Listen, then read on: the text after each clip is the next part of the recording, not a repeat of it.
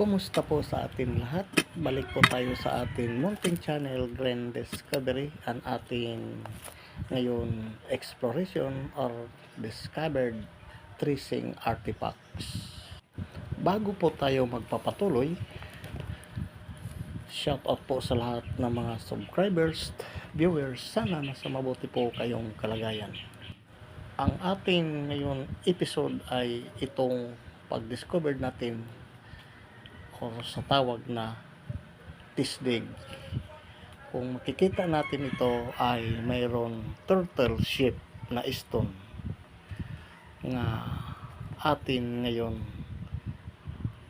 tinisdig or ginhukay na naka vertical position ang kanyang head or ulo, nasa estimated west direction 270 degrees, mga ka-discoverers.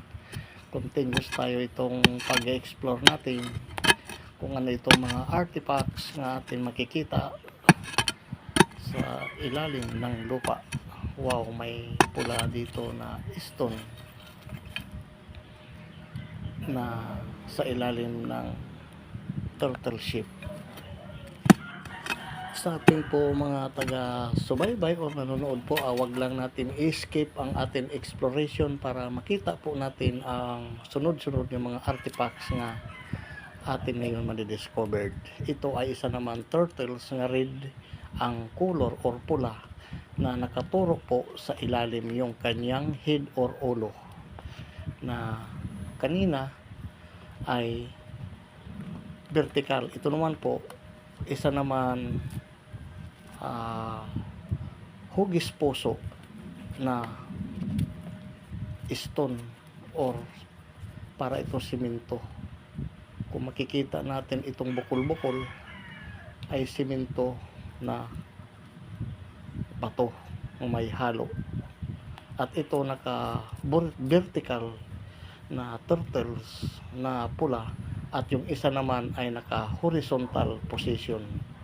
Ito po ang atin ngayon makikita na tunay na paglagay or sa ilalim na man-made kaya ito or natural ang pagkalagay.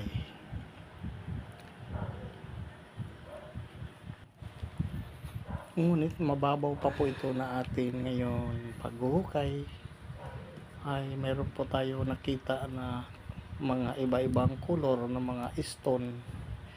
Ang kulay ng lupa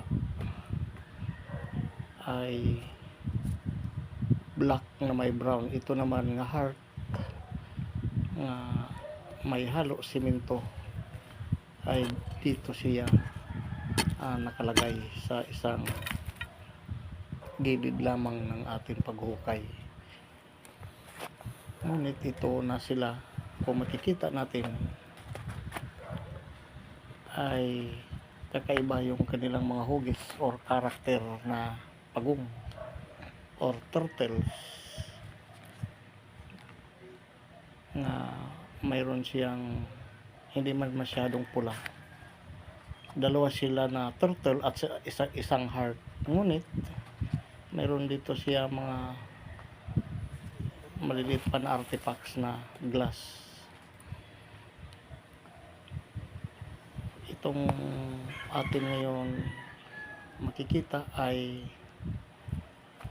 para lang ito sa mga ating tracing kung ano sa ilalim, o man-made ba ito or mga noong pagkapanahonan ng mga artifacts.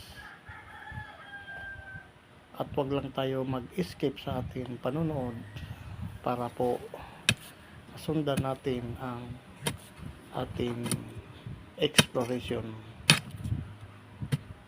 sa ating ngayon pag-discovered sa mga noon pangkapanahonan na nakatago na hindi pa natin nakikita. Mayroon tayo dito na bundol or ano kaya ito, ay kukunin natin.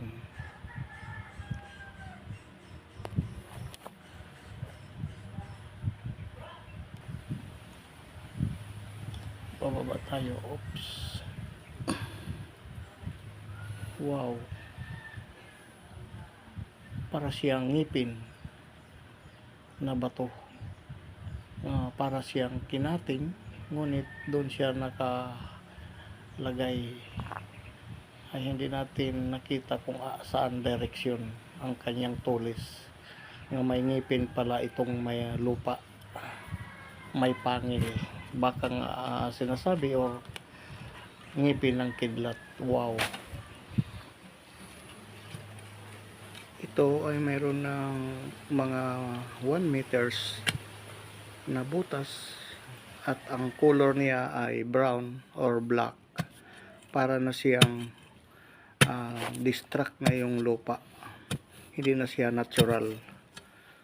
Ngunit tuloy pa rin tayo at medyo may malambot or matigas na itong meron tayo na bundol na matigas. Ngunit sa atin pag-explore ay kailangan tayo gumamit po ng gloves at saka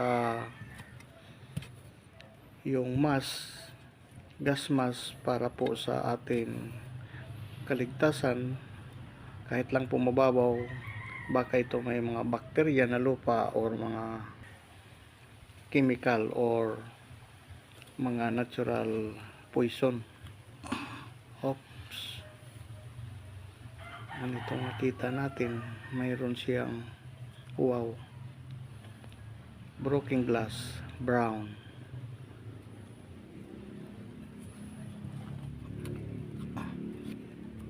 Yep. Wow. Broken glass again. Ngunit may basag na mga buti, ay ito ay baka noong kapanahunan ay matigas na nga nagbutas sila. Ngunit atin ngayon nakita ito may bato. Wow, ano kaya ito?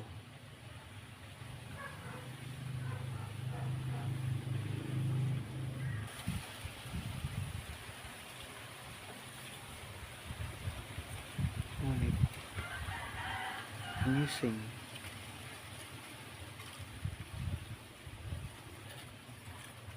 Meron tayo nakita na ano kaya ito?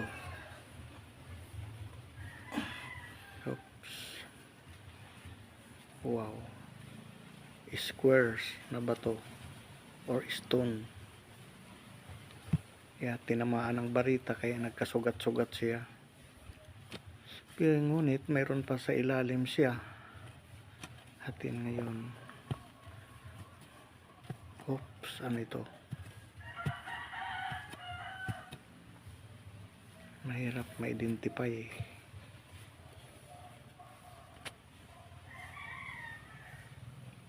Oops. Wow. Yellow colors.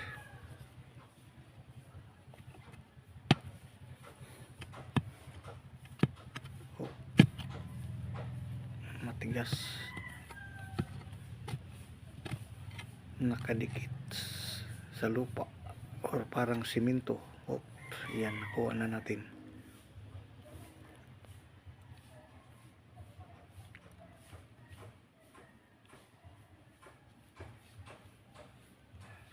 Wow.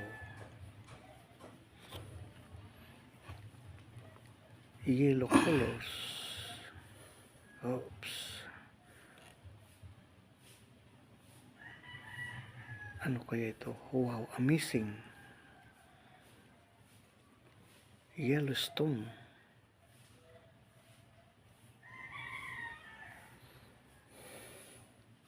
Wow, nice treasures.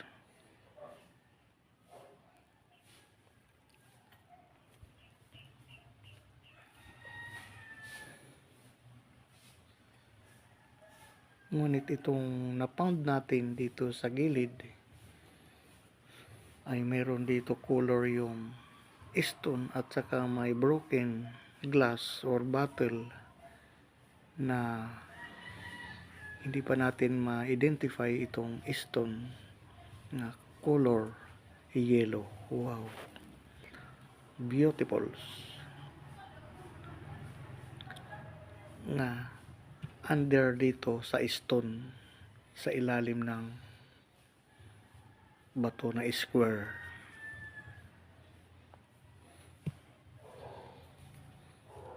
Wow,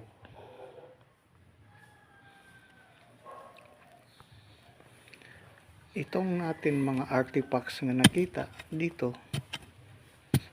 ay mga man-made po ito na mga maliliit na bottles na basag or mga stone or markers na sinasabi ay isa po ito na dito na itong lupa ay hindi natural dahil malalim na ito ng mga 1 meters ay meron po tayo na tagpuan na kakaiba na mayroon color na yellow na stone at mga broken glass.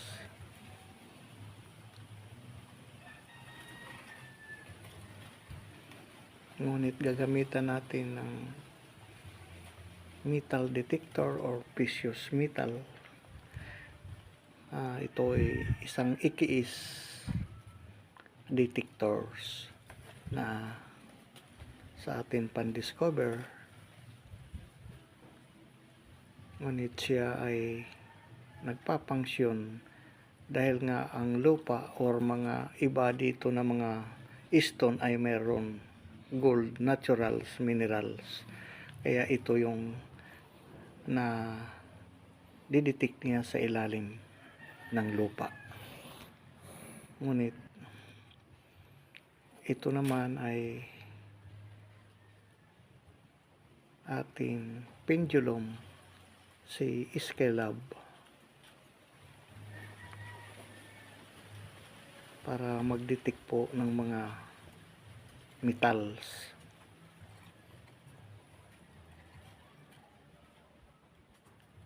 Ngunit nagpapangsyon pa rin po siya, mga ka-discover.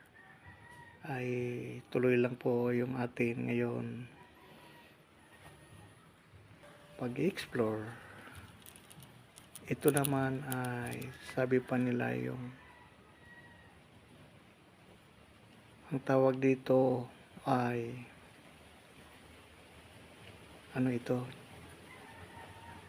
JAP ang tawag ito, JAP 1 detectors sa metal or mga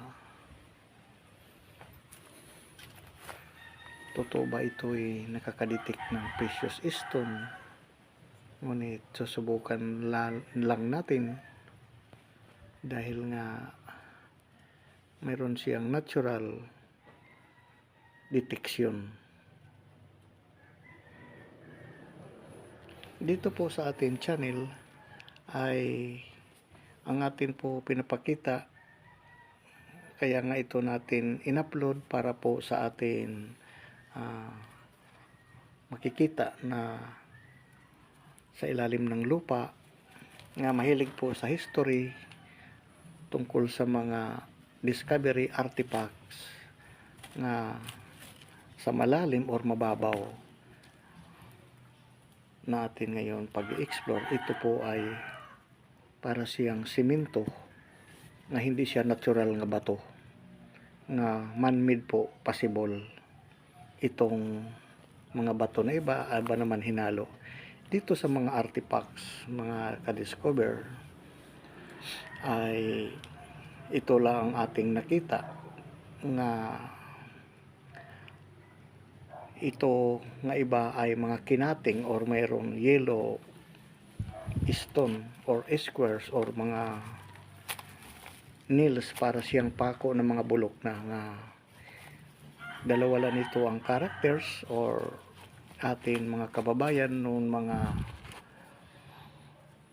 atin mga ninuno or mga lolo na nagbaon, or Japanese or sino mang tao dito ang nakapunta sa isang lugar na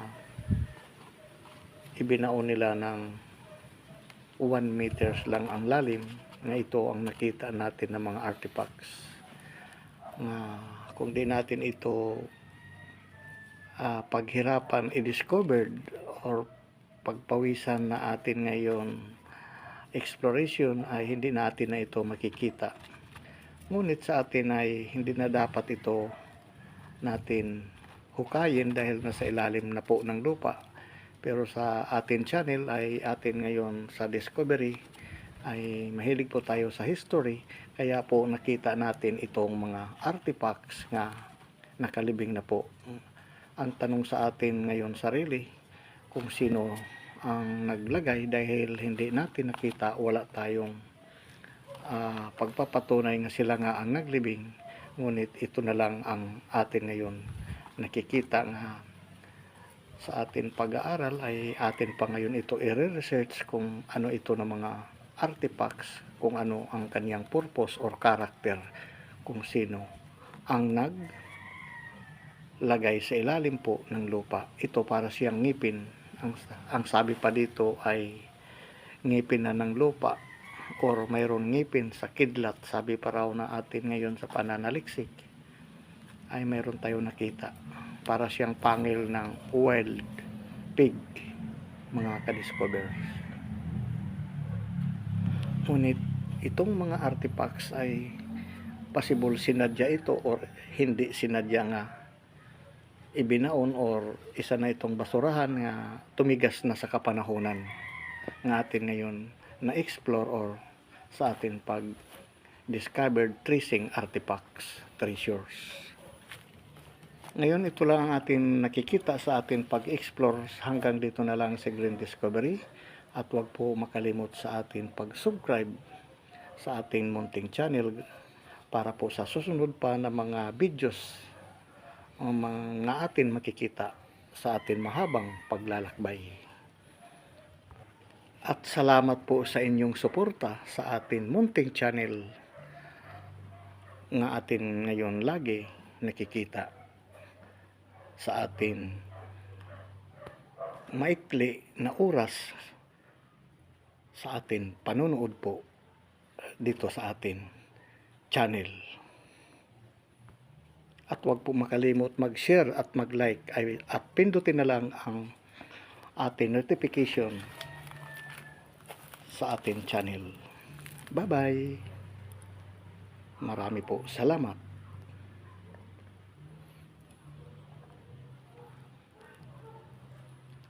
Sa atin pala pag i-explore, kailangan po natin gumamit pala ng compass para po sa ating direction tracing artifacts. Itong atin 360 degrees compass nga ang atin ngayon na trace or na explore ay naka west direction, east direction 90 degrees mula dito sa puno, at mayroon siyang sukat na 3 meters distance, na 1 meters ang lalim po sa atin ngayon na explorers, at nakuha natin yung mga artifacts or Yellowstone na atin na tracing or na discover. Ito po yung importante rin na meters para malaman natin sa atin kung ilan ang distance. Ang kanyang po butas ay 1 meters. Uulitin po, is east direction 90 degrees to west 270 360 degrees ang atin ngayon exploration undiscovered dito sa isang lugar sa atin ngayon. na ginagalawan. Ito po ang atin ngayon mga equipments. Mayroon po tayo metal detectors for sa mga dangerous live bomb. Matitik natin yung bakal, precious metals at pendulum para sa ating pag-discovers. May 360 compass at measurement para po sa distance na ito ang ating equipment sa ating pag-explore o pag-discover sa ating tracing treasure artifacts na atin ngayon nakita.